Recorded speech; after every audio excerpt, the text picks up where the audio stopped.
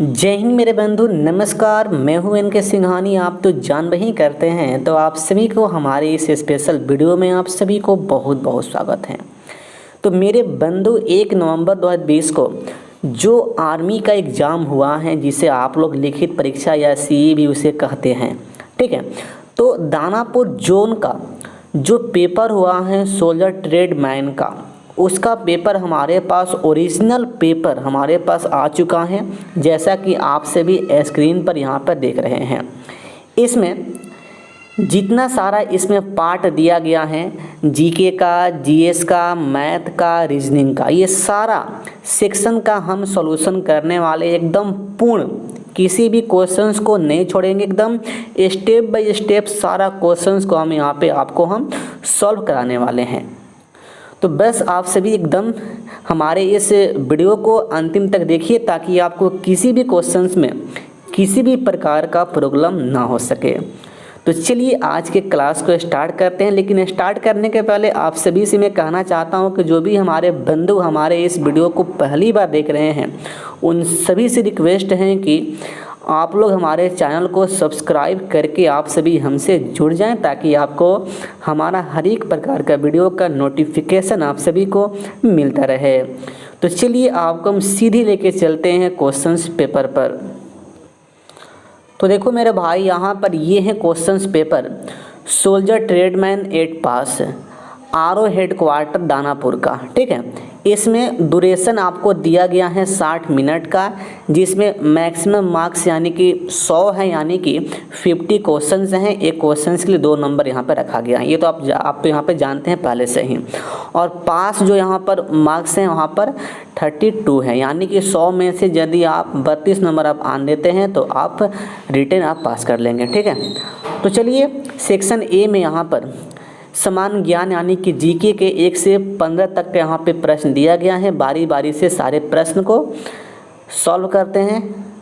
तो देखिए यहाँ पर पहला क्वेश्चन से यहाँ पर क्या कहा गया है, गोवा पर सन 1981 से पहले किसका शासन था?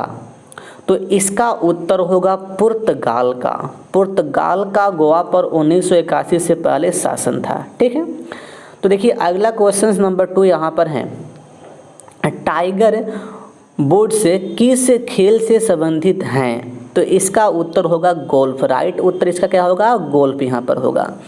अगला क्वेश्चन नंबर 3 यहाँ पर, चीन के राष्ट्रपति का नाम क्या है? करेंट अफेयर से ये क्वेश्चन यहाँ पे पूछ दिया है। तो चीन के राष्ट्रपति का नाम भाई कोई भूलने वाला है क्या? शी जिनपिंग जो है चीन के राष्ट्रपति का नाम है, ठीक है। देखिए अगला क्वेश्चन यहाँ पर है, ध्यानचंद्र का संबंध कौन से खेल से है? तो इसका उत्तर होगा हॉकी। हॉकी से ध्यानचंद्र का संबंध यहाँ पर है। देखो जीके में बहुत इजी प्रश्न आया है, कोई भी प्रश्न हार्ड नहीं है। यदि आप कुछ भी नहीं पढ़े हैं, आपके पास कॉमन सेंस भी है ना, तो आप जीके के 15 क्वेश्चंस में से आप 14 क्वेश्चंस तो आप मार ही देंगे, ठीक है। देखिए अगला क्वेश्चन यहाँ पर नंबर 5, चंद्रमा पृथ्वी का है। अब बताओ भाई, इससे इजी क्वेश्चन यहाँ पर क्या हो सकता है? उपग्रह यहाँ पर है, ठीक है। देखिए अगला क्वेश्चन यहाँ पर क्या है, अगला क्वेश्चन नंबर 6, बांग्लादेश की मुक्ति हेतु युद्ध कौन से सन में लड़ा गया था? यानी कि बांग्लादेश के मुक्ति के लिए कौन सा युद्ध हुआ था, यानी किस ईस्वी में युद्ध हुआ था? तो इसका उत्तर यहाँ पे होगा 1971 में, ओके। अब देखिए अगला क्वेश्चन यहाँ पर दिया गया है नंबर 7, विश्व में सर्वाधिक जनसंख्या किस देश में है? अब बताओ भाई, इससे आसान क्वेश्चन क्या हो सकता है? ये तो सबको मालूम है। तो चीन इसका राइट यहाँ पे उत्तर होगा, ठीक है। देखिए अगला क्वेश्चन से, भारत का राष्ट्रीय खेल कौन सा है? हॉकी है भाई। तो आप याद रखेंगे भारत का राष्ट्रीय जो खेल कौन सा है? हॉकी है यहाँ पर। देखिए अगला क्वेश्चन से पूछा गया है, केरल का शास्त्रीय नृत्य क्या है? तो इसका उत्तर होगा ऑप्शन डी, यानी कि कथकली जो है केरल का शास्त्रीय नृत्य है।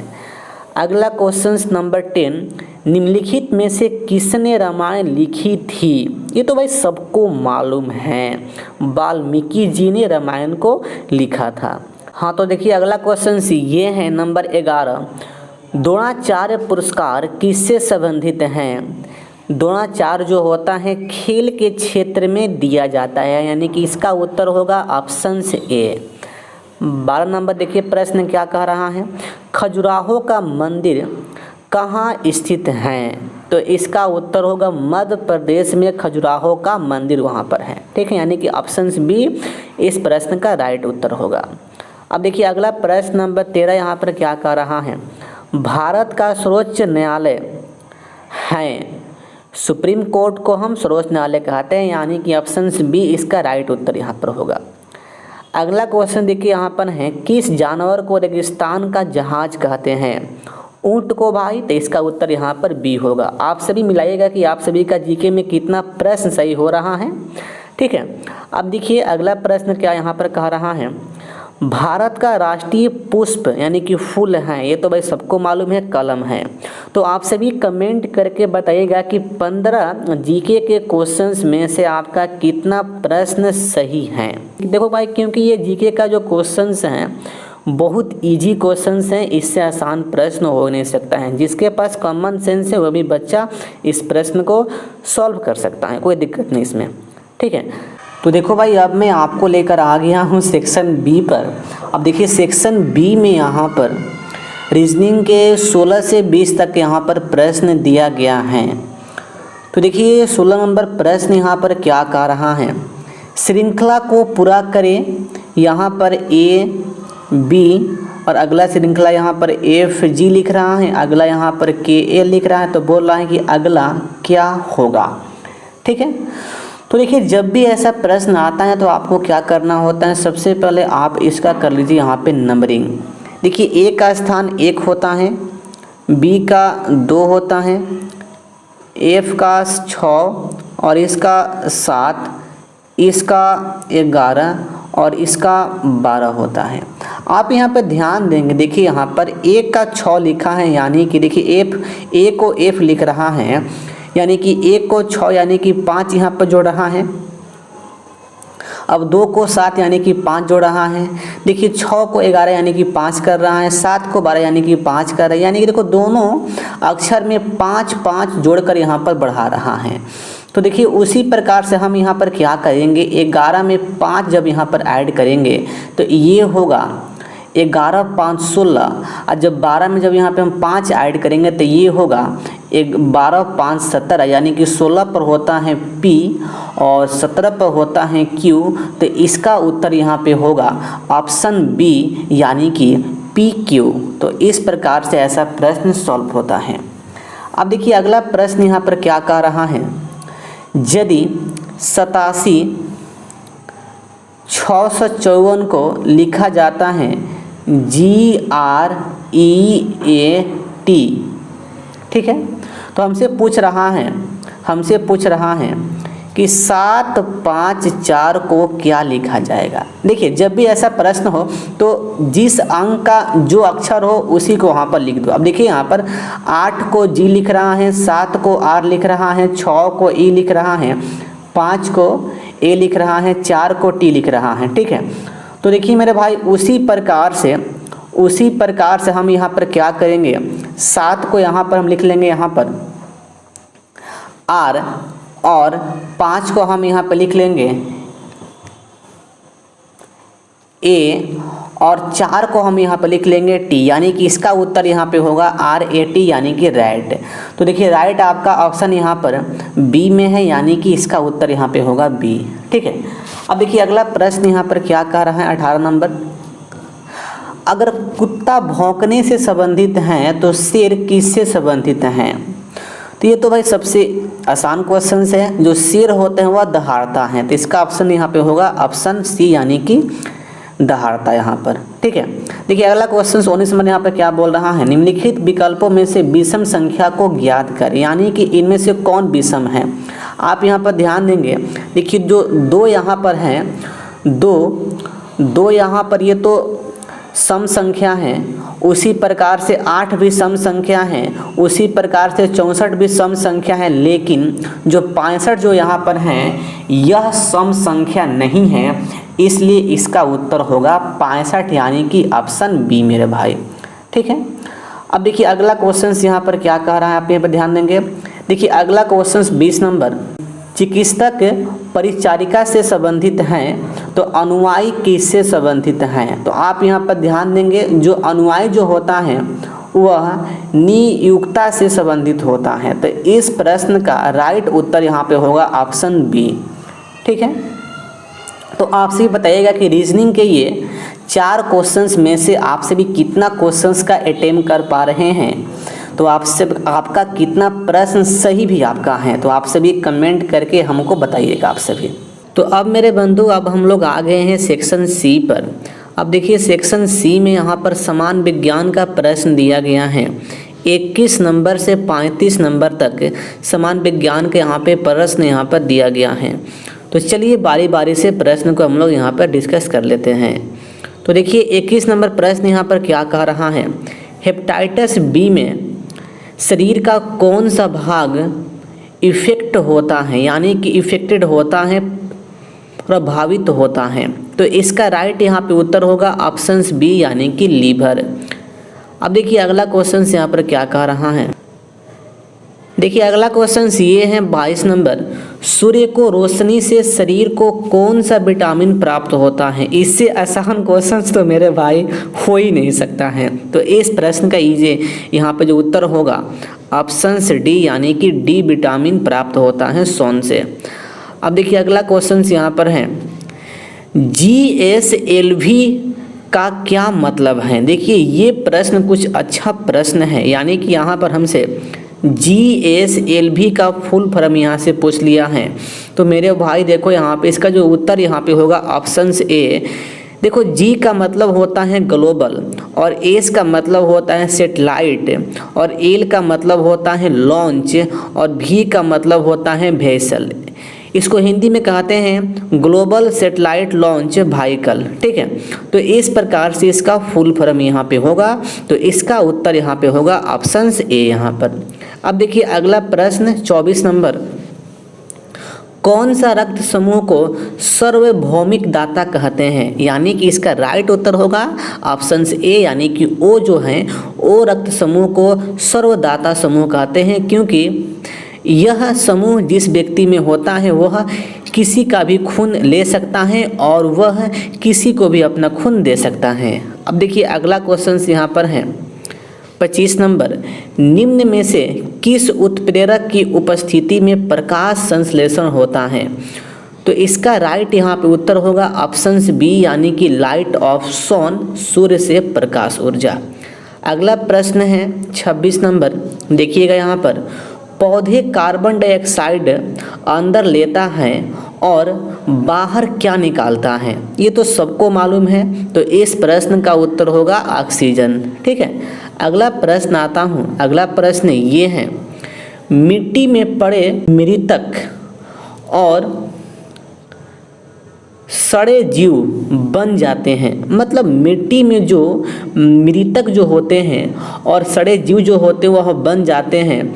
तो भाई देखो ये तो कॉमन सेंस का ये सवाल यहाँ पर आ गया है, जो भी जीव सड़ जाते हैं वह मिट्टी में मिल जाते हैं। तो इसका उत्तर यहाँ पे होगा मिट्टी यानी कि ऑप्शन डी यहाँ पर।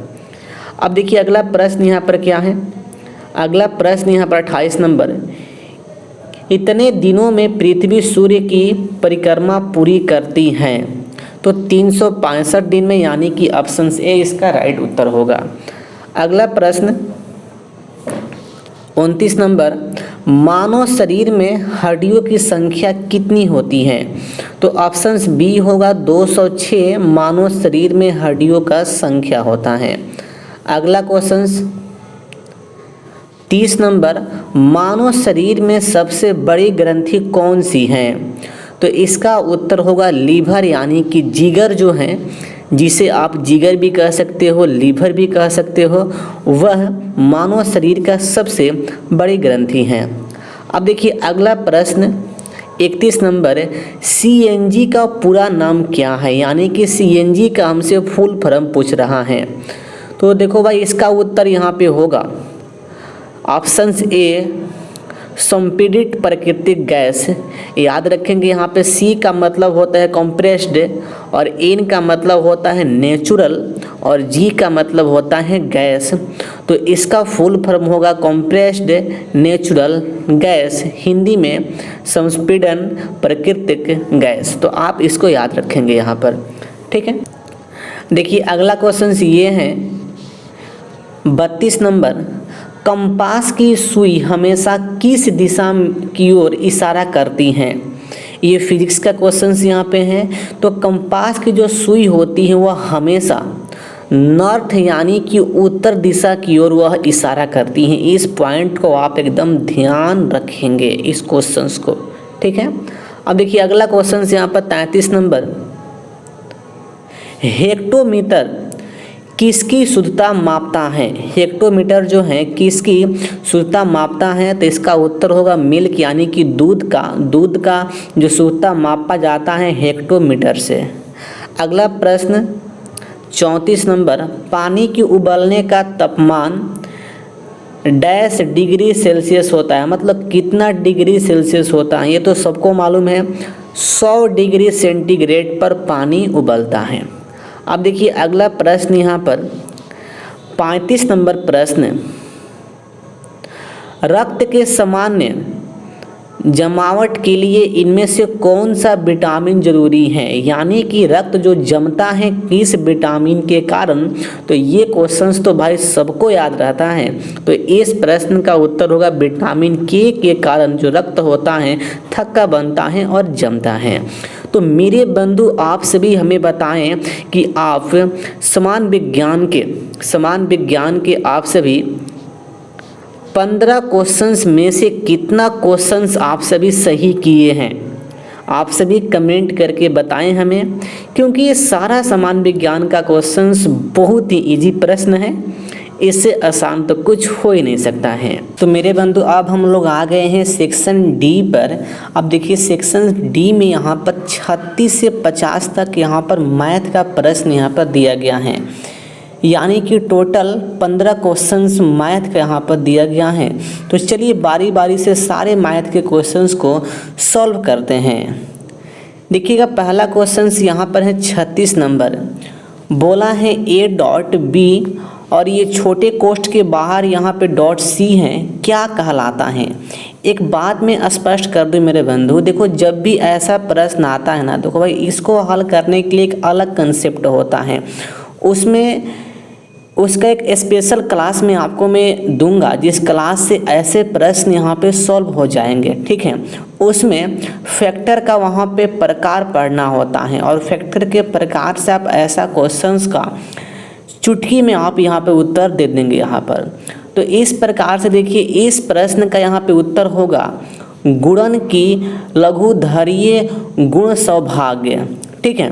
तो इसका ऑप्शन यहाँ पे जाएगा ऑप्शन से ए, तो आप इसको याद रखेंगे।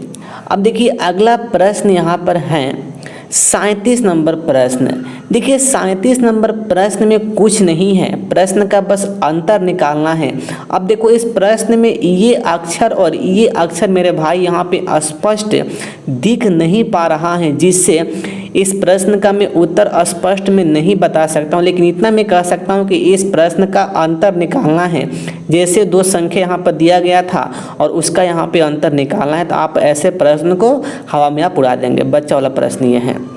अब देखिए अगला प्रश्न यहाँ पे 38 नंबर। हाँ देखिए यहाँ पर इस प्रश्न में क्या कहा गया है, 77 के स्क्वायर माइनस 23 के स्क्वायर का यहाँ पर निकालना है कि क्या यहाँ पर आएगा।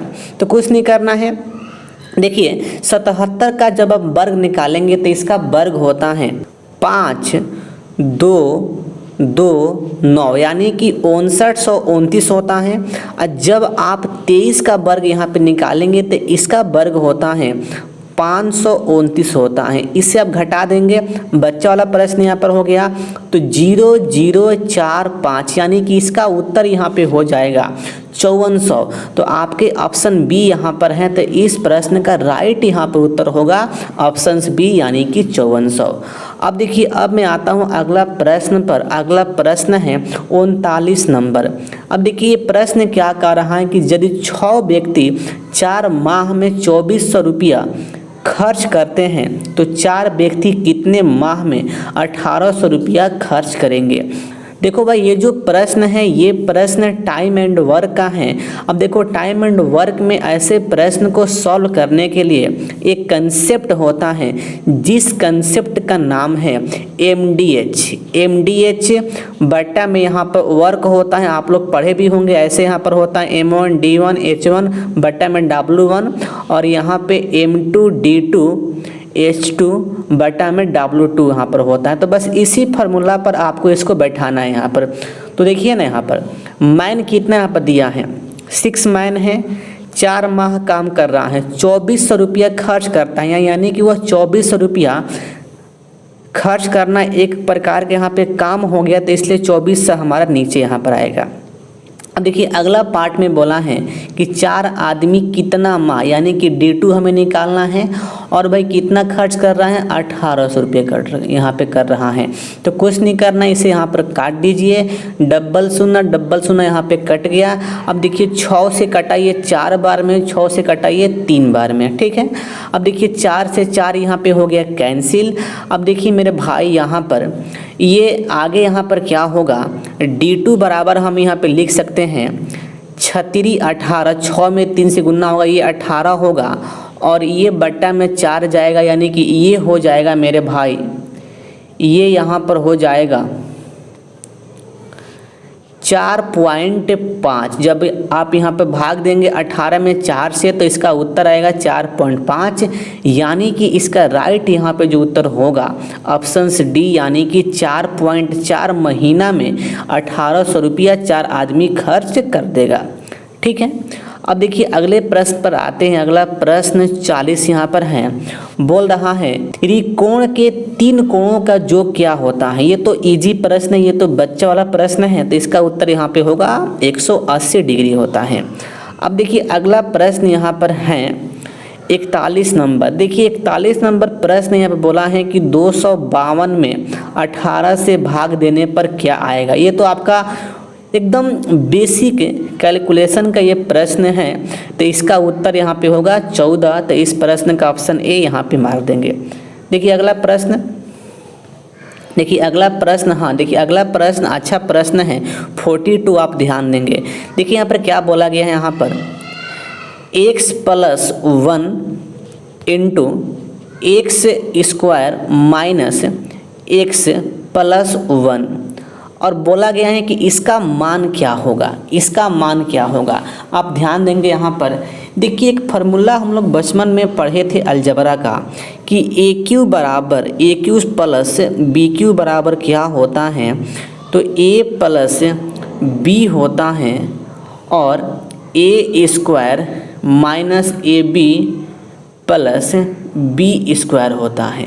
देखो भाई इसी फार्मूला पर ये दिख रहा है, देखो ना यहाँ पर x का मान में a मान लूँ, a का मान में b मान लूँ, तो ये a + b हो गया। अब देखो यहाँ पर x का a² कर दिया, यानी कि यहाँ पर a का यहाँ पर a² कर दिया है। अब देखो यहाँ पर x लिखा है, यानी कि x को हम यहाँ पर लिख सकते हैं a गुना यहाँ पर x, यानी कि ये हो गया a गुना b यहाँ पर हो गया, ये एक यहाँ पर है, तो एक को मैं यहाँ पर मान लूँगा कि ये एक स्क्वायर है, यानी कि एक स्क्वायर का मान एक ही होता है, तो इसलिए ये b² हो गया।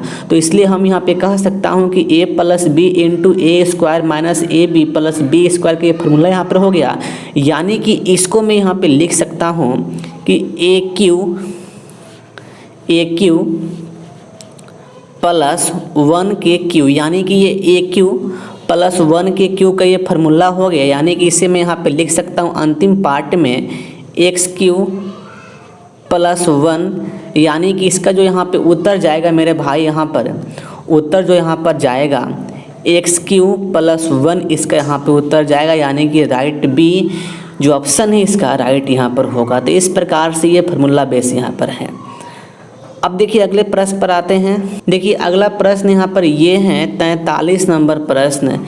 देखो मेरे भाई यहाँ पे प्रश्न में जो संख्या यहाँ पर दिया गया है, संख्या स्पष्ट रूप से यहाँ पे नहीं दिख रहा है, लेकिन प्रश्न में यहाँ पे पढ़ देता हूँ। समांतर चतुर्भुज का क्षेत्रफल इतना यहाँ पर दिया गया है, उसका ऊंचाई इतना है, तो उसका आधार निकालना है। देखो भाई, तो देखो भाई जब भी ऐसा प्रश्न आए मेरे बंधु ना, तो देखो समांतर चतुर्भुज का फॉर्मूला होता है, आप याद कर लेंगे। समांतर चतुर्भुज के क्षेत्रफल का फॉर्मूला होता है 1/2 गुना d1 गुना d2 होता है। d1 मतलब आधार या ऊंचाई मान लेंगे, इसको आप आधार या ऊंचाई मान लेंगे, ठीक है। यानी कि ये आधार गुना ऊंचाई भी इसे हम यहाँ पे बोल सकते हैं। तो डायरेक्ट इसका फार्मूला होता है 1/2 आधार गुना ऊंचाई, यानी कि d1 गुना d2 यहाँ पर होता है। तो इस प्रकार से जब भी ऐसा प्रश्न आए तो वैसे प्रश्न को आप इस प्रकार से इस फार्मूले पे आप यहाँ पे सॉल्व कर लेंगे।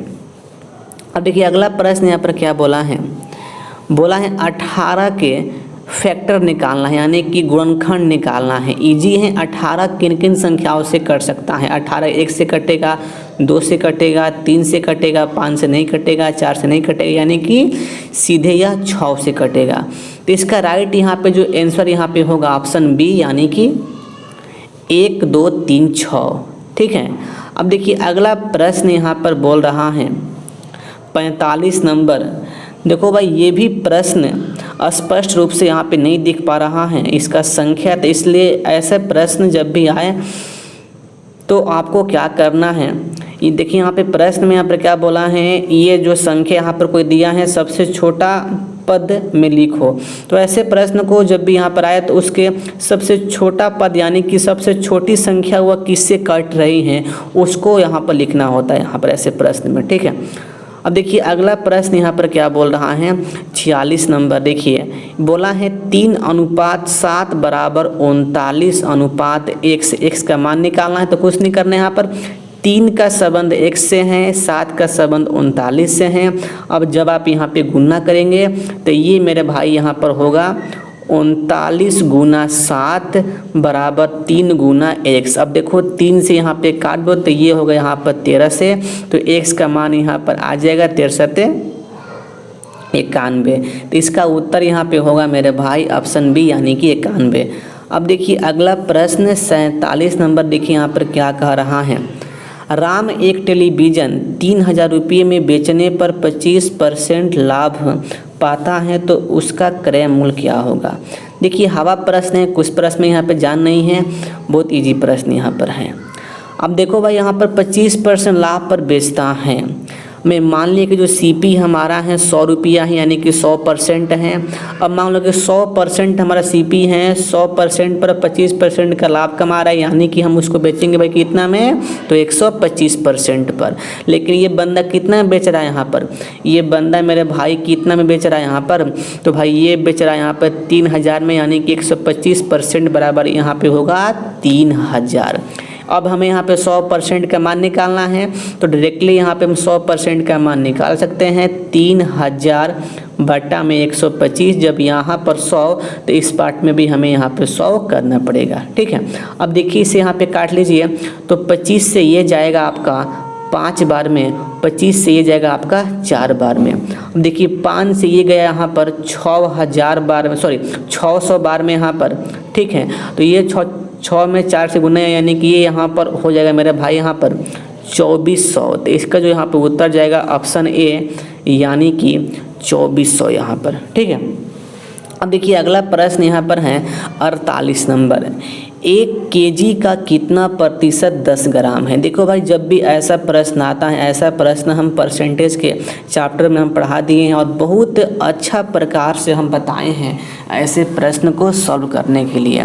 देखिए ऐसे प्रश्न का कंसेप्ट क्या होता है, जब हमें कितना परसेंट निकालना है तो देखना है कि का कहाँ पर लगा है। देखो भाई का लगा है 1 केजी पर, तो 1 केजी आएगा नीचे और 10 ग्राम जाएगा ऊपर, ठीक है। परसेंट निकालना है तो परसेंट के लिए गुना 100 यहाँ पे कर दो। अब देखो ग्राम केजी को हमें कटाना है, तो मैंने क्या सोचा कि हम जो 1 ग्राम है जो ये केजी है, केजी को हम ग्राम में चेंज करते हैं, यानी कि केजी यहाँ पर हटेगा, यानी कि 1000 से जब यहाँ पे हम गुना कर देंगे तो ग्राम ग्राम यहाँ पे हमारा कटेगा। अब देखो ये 2 शून्य यहाँ पे कैंसिल, 1 शून्य यहाँ पे कैंसिल हो गया, तो यहाँ पर हमारा आ गया 1%। तो 1% इसका उत्तर यहाँ पे होगा। ठीक है, यानी कि ऑप्शन ए। अब आते हैं 49 नंबर प्रश्न पर। देखिए 49 नंबर प्रश्न क्या बोला है, एक वृत्त का क्षेत्रफल 616 वर्ग सेंटीमीटर है, तो इसकी त्रिज्या ज्ञात करें। कुछ नहीं, प्रश्न हवा है। अब भी बताओ वृत्त का एरिया कितना होता है, पाई आर स्क्वायर होता है। अब देखो यहाँ पर मेरे भाई यहाँ पर क्या आ गया, 616 बराबर पाई आर स्क्वायर यहाँ पर आ गया ना। अब देखो ये पाई का मान यहाँ पर क्या होता है, डायरेक्ट मैं यहाँ पर लिख सकता हूँ कि आर स्क्वायर बराबर 616, पाई का मान इस पार्ट में 22/7 था, तो 7 आएगा, 7 जाएगा ऊपर और 22 आएगा नीचे। यहाँ पे इसे काट पीट कर लो यहाँ पर। तो ये देखो यहाँ पर 2 से जाएगा ये 11 बार में, 2 से जाएगा ये 308 बार में। अब देखो ये 11 से काट दो ये, तो 2 और यहाँ पर ये 8, यानी कि 28 बार में। 28 में 7 से गुना कर दो तो ये होगा 196। अब ये स्क्वायर हट यहाँ पर रूट आ गया, यानी कि आर का मान यहाँ पर आ गया हमारा डायरेक्ट 196 जो होता है भाई किसका वर्ग होता है, तो 196 जो होता है वह 14 का वर्ग होता है, यानी कि इसका राइट आंसर क्या होगा यहाँ पे 14, यानी कि ऑप्शन बी यहाँ पर होगा। अब आते हैं 50 नंबर। देखिए 50 नंबर क्या बोला है कि 2 अंक मालूम करो जिसका जोग 25 और अंतर 5 हो। कुछ नहीं है, ऑप्शन डी यहाँ पर होगा 10-15, यानी कि 10-15 का जोग 25 होता है और इसका अंतर यहाँ पर 5 होता है। तो मेरे भाई आपसे बताना कि मैथ में आप सभी कितना क्वेश्चंस सही किए हैं। तो मेरे बंधु इस प्रकार से हम लोग दानापुर जोन का जो ये पेपर था ट्रेड मैन का, ये सारा क्वेश्चंस मैथ का, रीजनिंग का, जीके जीएस का क्वेश्चंस में सॉल्व में कर दिया हूँ। और आपसे बताना कि आप सभी का ये चारों पार्ट में कितना क्वेश्चंस आप सभी का सही हुआ है। आप सभी हमें बताएं कि 50 में से आप सभी का कितना क्वेश्चन सही हुआ है, कमेंट करें मेरे बंधु। और आपको हमारे इस सॉल्यूशन में किसी भी मैथ या रीजनिंग के क्वेश्चंस में प्रॉब्लम हो तो आप हमसे डायरेक्ट पूछ सकते हैं। हमारा व्हाट्सएप नंबर नीचे में डाल दिया हूँ वीडियो के डिस्क्रिप्शन में, वहाँ से भी आप हमसे पूछ सकते हैं या टेलीग्राम पर भी आप हमसे पूछ सकते हैं। ठीक है, कहीं पर भी आपको प्रॉब्लम हो तो चलिए आज का ये हमारा वीडियो होता है समाप्त। और आपको ये वीडियो कैसा लगा, ये हमारा सॉल्यूशन कैसा लगा, यदि आप सभी को अच्छा लगा तो इसको अपने सारे मित्र भाई बहन में शेयर भी कर दीजिएगा ताकि सबको मालूम हो सके। और इस वीडियो को हमारा लाइक कर दीजिएगा मेरे बंधु। तो बस आज के लिए इतना ही, फिर मिलेंगे अगले वीडियो में। तो जय हिंद, वंदे मातरम, नमस्कार मेरे बंधु।